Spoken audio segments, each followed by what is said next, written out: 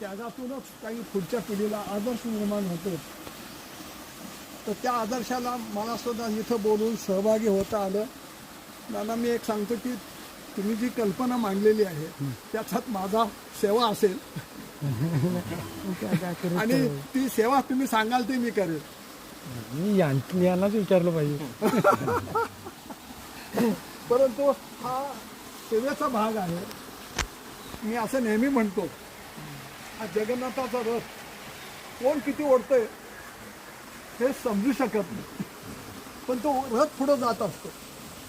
तर हा तुमचा त्यागभाव जो आहे तो त्याग हा स्मृतिवन जे आहे ते त्यागभावाचा आदर्श आहे.